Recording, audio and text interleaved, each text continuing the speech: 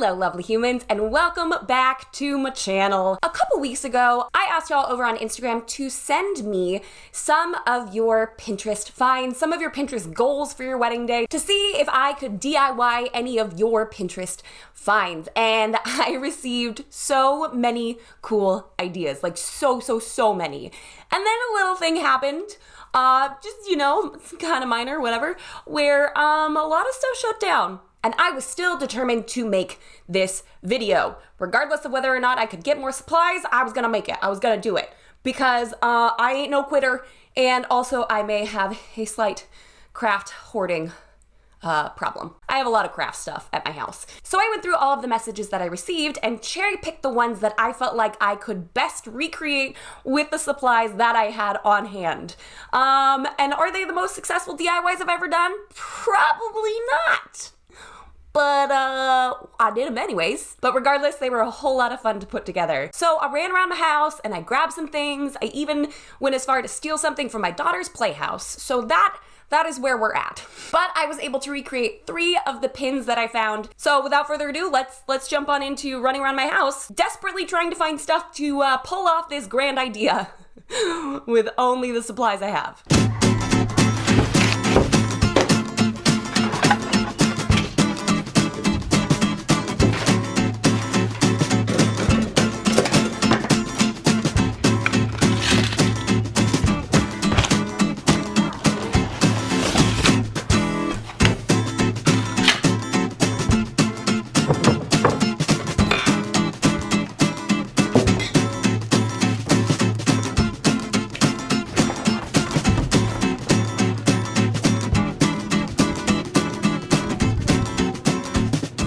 So first up, we have this dreamy, I'm gonna go ahead and actually throw it up on the screen so you don't have to worry about trying to focus on my tiny little phone. We have this super dreamy cylinder type Constellation Centerpiece that just glows in such a cool way. And I really dig the whole galaxy idea that some people are going with for their wedding vibes, and I desperately wanted to recreate this. I knew I didn't have any sort of paper on hand that would be strong enough to stand up on its own, but I did have a couple of supplies on hand that I could recreate this in my own way. So in order to mimic the cylindrical shape of the Constellation Centerpiece, I grabbed these vases that I got from Dollar Tree. I have them in 2 different heights and lined them with black construction paper.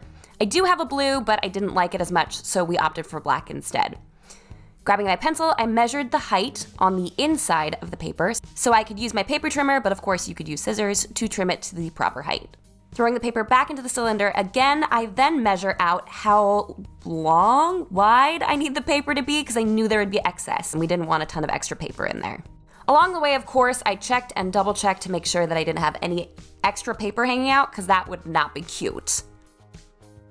Grabbing a glue stick, I loaded up the paper at first, which I learned probably wasn't the best idea because it dried too quickly in some spots. Carefully grabbing the gold foil, which is definitely not the ideal material to use in this kind of situation, but it's what I had. I gently pressed down onto the glued surface to make sure it adheres. I'm not going for perfection here. As you can see, I'm just going for coverage. This is hey, at least it's entertaining, right? Now we're gonna go ahead and speed through me filling up the rest of this with gold foil. There are some gaps. I'm okay with that. Basically, what I'm looking for is a reflective interior to better cast a glow from a candle. Now we're just gonna go ahead and speed through the second size because I'm doing the same exact thing. But this time I wised up at least and didn't glue the entire surface before moving over the gold foil. And we're including this footage because I got a lot better at it and I needed to show you proof of that. Here is the dried product. I did actually end up waiting about 24 hours before proceeding to the next step, mostly just because life is full and there are a lot of people in this house.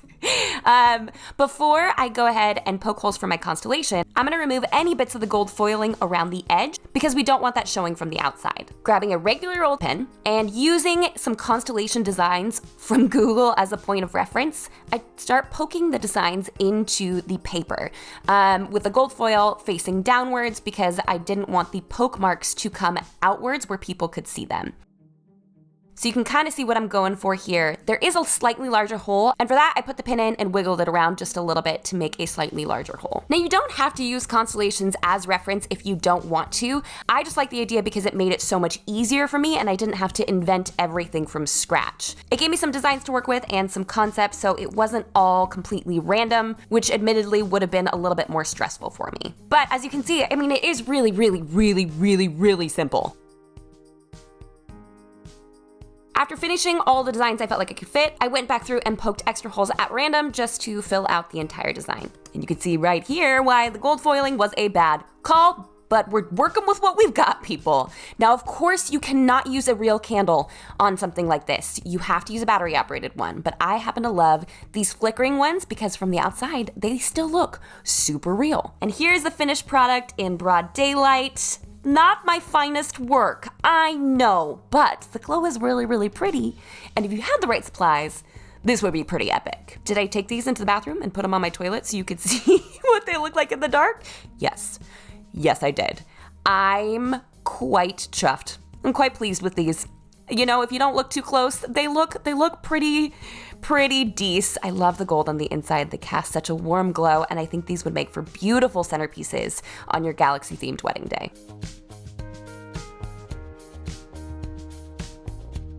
Next up, we have this really unique idea for a centerpiece. It's this embroidery hoop that's resting on a base with the florals almost forming like a crescent shape on, I'd say about 2/3 of the hoop itself. And I did already happen to have an embroidery hoop on hand, and I have an uncanny amount of faux florals, so while my version ends up looking slightly different than the original picture, I think we managed to pull it off. But you let me know if it was as successful as I thought it was.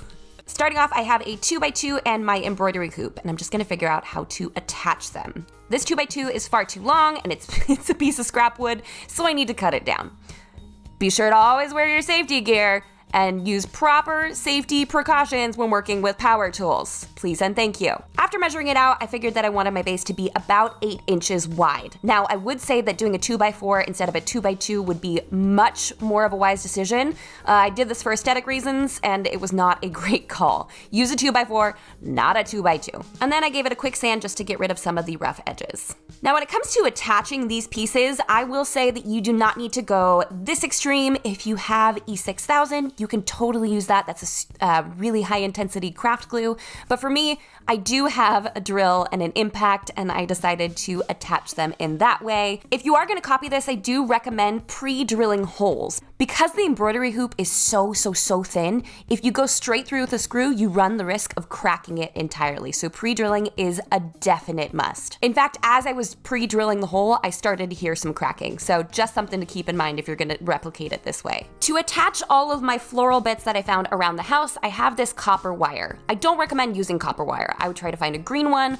or silver paddle wire, something that doesn't call as much attention to itself, but I couldn't find my wire anywhere. Now, to build my base, I'm using a piece of pampas grass because I've got a bunch of it around my house because that's the kind of person I am. Next, I'm layering in this silver, I think it's like lamb's ear from Hobby Lobby.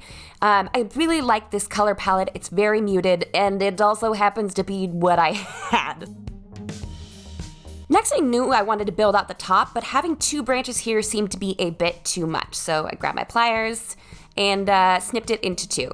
That way I could add a touch of dimension to the top without filling up the blank space in the middle of the hoop, which I think is one of the greatest allures of doing a centerpiece like this. The only faux florals I had were the ones from my daughter's playhouse, and they're these peachy pink peonies. I personally would not have picked this color. I think the peach tone and the pink tone is too warm next to the lamb's ear and the pampas grass, but we're working with what we've got. I trimmed off a piece of that copper wire and wired it through the center of the flower, because as you can see, there was a hole there. So that was a really easy way to lock that floral into place on the hoop.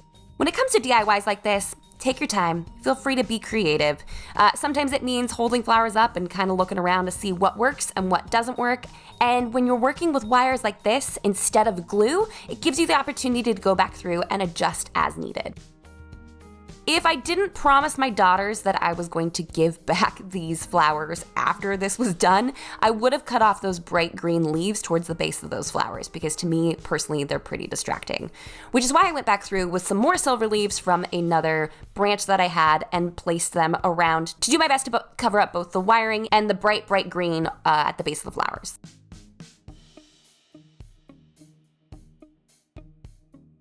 And here we have it, the finished product. Now, I don't have the dangling candles like the original inspiration photo had, and I can still see a lot of that bright green, but for the most part, I'm really quite pleased with how this turned out. This was a ridiculously easy DIY, and I really do think that a lot of people can quite easily replicate this. I just love how dramatic it is. You know what I mean? It just has movement. It's not static. It makes a statement. I don't know. I could keep on going on and on and on.